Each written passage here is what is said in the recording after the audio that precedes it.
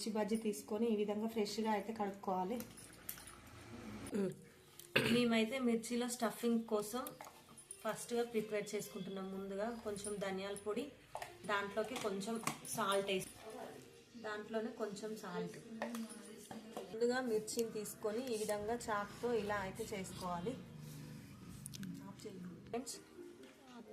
చూడండి ఫ్రెండ్స్, ఈ మధ్యలో అయితే ఈ విధంగా తీసేసుకోవాలి లేకుండా,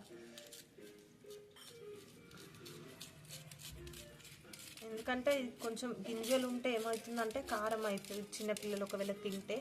లేదు అంటే ఈ కార్నర్స్ కూడా కట్ చేసుకుంటే ఇంకా చాలా బెటర్.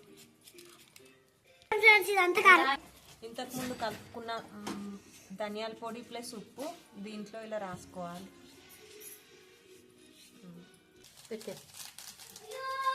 శనగపిండి తీసుకున్నాను ఫ్రెండ్స్, దాంట్లో కొంచెం ఓమా,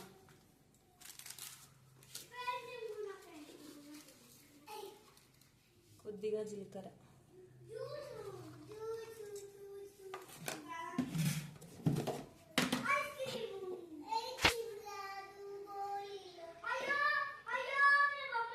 కొంచెం కారం,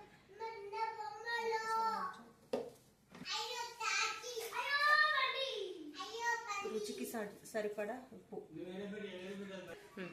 కొద్దిగా సోడా, తినే సోడా. తర్వాత ఇలా కలుపుకొని కొంచెం కొంచెం వాటర్ పోస్తూ నెమ్మదిగా కలుపుకోవాలి.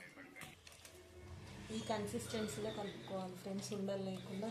చాలా ఈ కన్సిస్టెన్సీలో కలుపుకోవాలి ఫ్రెండ్స్. వెలిగించి ముందుగా స్టవ్ వెలిగించి స్టవ్ పైన బాణాలు పెట్టుకొని దాంట్లో ఆయిల్ పోస్తున్నాను. డీప్ ఫ్రైకి సరిపడా ఆయిల్ తీసుకోవాలి.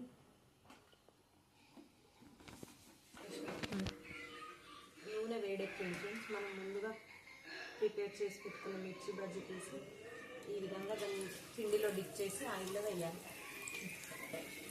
చూడండి ఫ్రెండ్స్, ఈ విధంగా కాలేదు.